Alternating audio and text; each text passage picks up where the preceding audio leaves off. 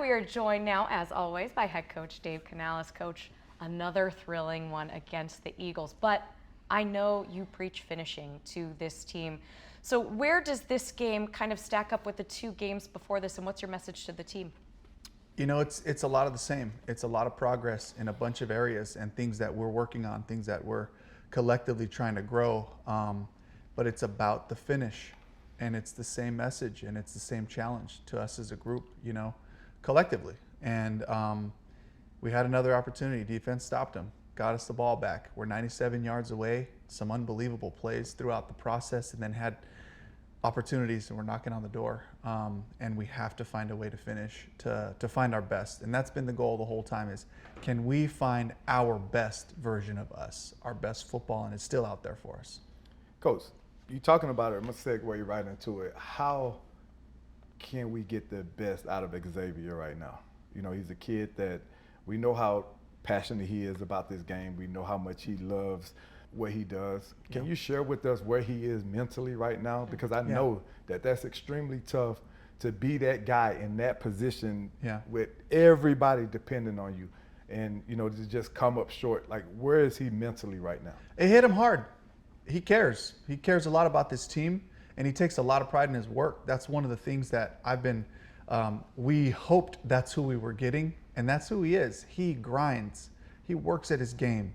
He works on his hands. He works on his routes, his releases, all those things. He's taken coaching. He wants to know everything. He's asking me, Brad, Rob. He's trying to collect all the information that he can to add it to his game, and it means something to him. You can see the way he wears it, the way he shows up in practice on Wednesday, Thursdays, and Fridays, you know, and that's the way you want to be, you know. But I know that when you do work hard, the stakes are higher. You know, it's harder to lose, and I wouldn't have it any other way. But we're going to keep throwing him that ball. We're going to keep putting him in positions to get him those one-on-one ops, you know, and we're going to count on him. Yeah. Well, another rookie receiver that certainly we got to see a lot of at the beginning of the season, Jalen Coker. Know that he's been dealing with that quad. Can you give us some insight onto his status right now? Yeah, he had a great day of work yesterday, so he's trending great for this week. We'll get him back into the fold. Wednesday's kind of a combo walk through with a little bit of full speed stuff, but Thursday will really be the test. So we're going to get him out there, make sure that he can handle the workload so he can go out and play confident on Sunday. And we haven't seen him and Adam Thielen, I believe, in a game at the same time. So what does having those receivers back and healthy, what does he add to this mix? Yeah, just a big guy that we can count on. You know, he can catch away from his body. He's come up with most of the opportunities we've thrown to him, you know, and so gives Bryce another reliable target, you know, whether it's down the field or in the short and intermediate stuff. So I'm really excited to get that lineup out there. Coach, just talk to us a little bit more about Bryce and his confidence level right now. And for him to be in that situation, to be on the 2-yard line, having to go the whole field to try to come away with a game-winning drive, what is it about Bryce Young right now that allows him in these moments to be able to put those drives together in these fourth quarter situations? Yeah, I mean, it just speaks directly to his character and the way that he's built. You know, he's built to handle these high pressure situations. He's been playing in them his whole life, you know, and so he's comfortable there. The progress and all that stuff is coming from just ownership of our system. He's grasping it, he's growing, he's using tools, he's learning his guys. How do I throw to this receiver versus this tight end, you know? So he's getting that good me to you factor, that chemistry. And he's having fun. He's having fun just competing, you know, and just trying to find a way to win. And one of the things I say is there's a win on every play, you know, and he's finding what that win looks like. Sometimes it's a throwaway, you know, in field goal range. Sometimes you got to go for it and break a tackle, you know, on Josh Sweat there at the end. He broke a tackle, got out and had a 31-yard gain from our own end zone, you know. So he's just making the most of his opportunities and just competing. You talked about him owning this system. In this game, what play do you think was like the perfect marriage of him and then also your system that you go, that's the play that we want to highlight, that's the play that we want to see? It was the throw to Xavier, you know, and unfortunately he didn't come up with the catch, but it was his evaluation of the shell, the coverage, all the things, the protection, getting everybody sorted and situated the right way, and then striking him dead, pushing up in the pocket and throwing and delivering a really great ball there. So I think, you know, it's the culmination of capturing those moments within the game, because the thing that I always like to tell quarterbacks is I don't need you to be special all day.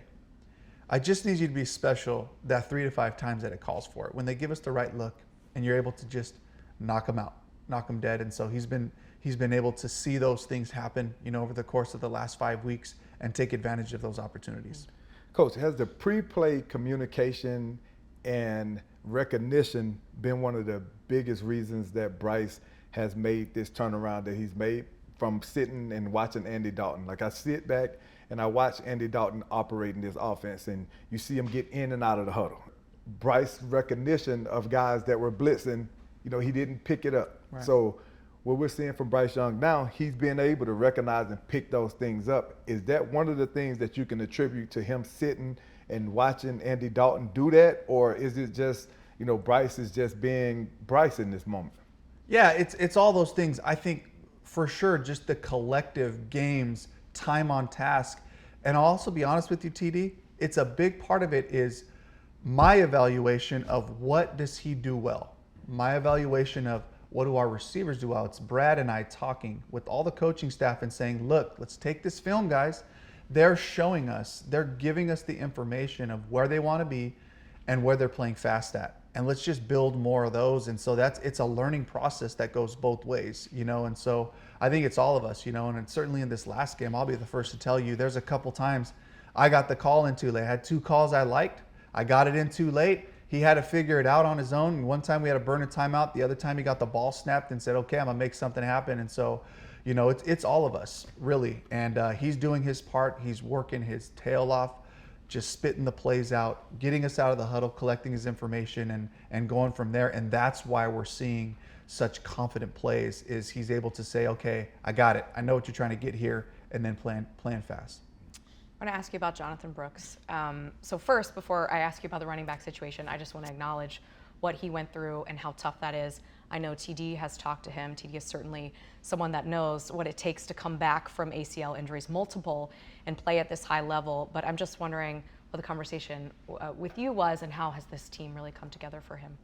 Yeah, just heartbroken for the guy. The hard work that goes into it. TD knows firsthand, the grind that is. It's like you have to shift your competitive nature and mind to a different challenge, And so it's like, all right, well, this is what I'm attacking now. And JB knows how to do that now. But just getting him back on the field, seeing him make a few plays 2 weeks ago, watching his energy, watching his confidence start to grow. He's like, here he comes. He's starting to get comfortable and start to fill himself out right there. And then to lose him in that game, just a few weeks after getting him back out there on the field was just really heartbreaking for him. And my message to him was, we got your back. And when you get back to us, we'll be ready. We'll be ready to make a run. And this team will be ready for you to come back in and help us any way you can.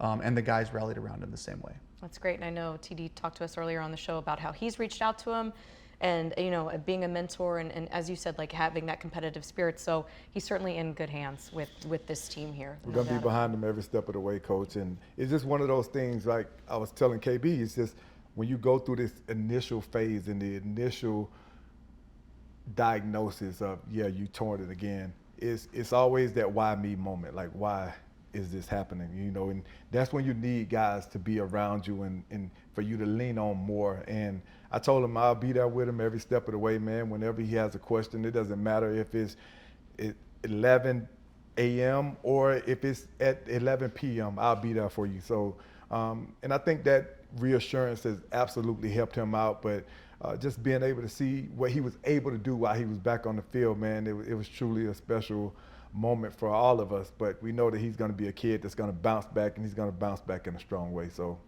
definitely excited that you guys are encouraging him and keeping him going in this moment.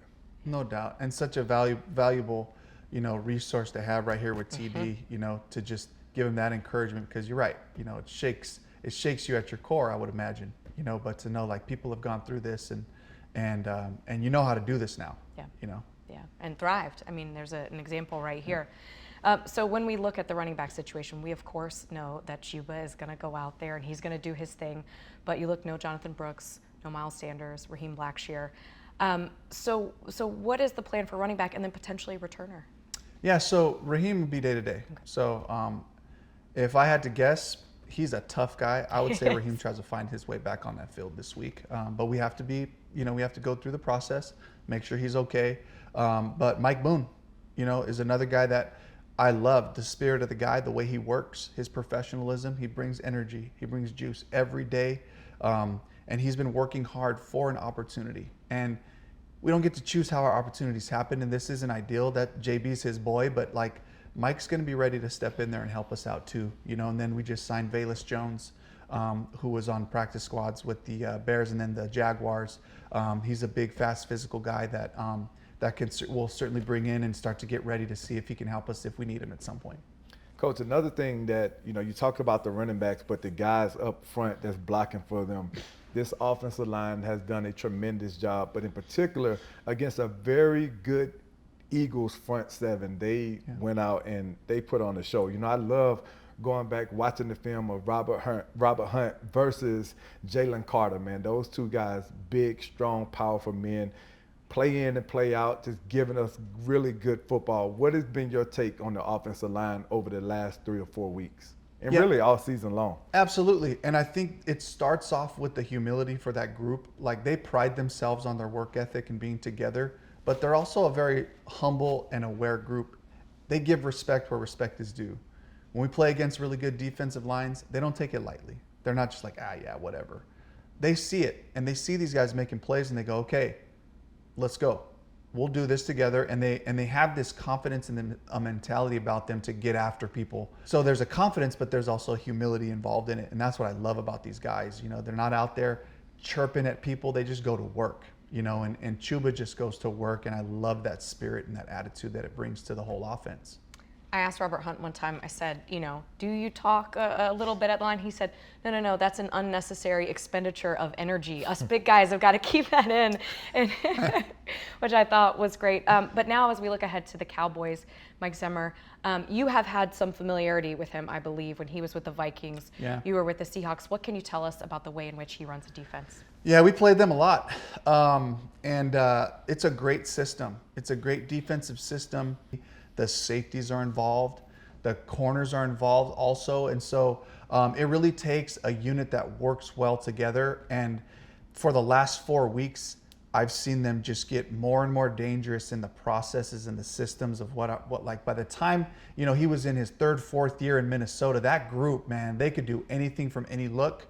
And I can see the package starting to grow. So that's something that we have to take account for. And I got to blow some dust off of some old notes about, the double A gap, defense that they like to run in past situations. Dallas is a team that has really been plagued by a lot of injuries, in particular defensively. And, watching the game, they lost Overshawn. We don't know for how long or what the extent of that injury is, but one guy that's back in that lineup that's making a ton of plays and a ton of noise is Micah Parsons. What's the game plan for Micah Parsons? What do we have to do for a guy like him that brings so much energy, so much excitement, and so much effort every single play that he's on the field? Yeah, we got to be aware of him at all times. And, right now it looks like he plays on the right side. I know in their past, he's been left, right. He goes into the 3. He plays off the ball as a stack backer and moves around in different spots with DQ in that system. So my curiosity is like, are they going to try to move him around this week? And we just got to be ready and aware of it, and make sure we're accounting another person over there, being mindful of when and where to take our shots down the field, knowing he's rushing. Do you run at him or do you run away from him? So he's a really special athlete, somebody that we certainly are aware of. Coach, it's been great to talk to you. Certainly looking forward to this game against the Cowboys right here at home. Thank you so much, as always. Thank you, guys.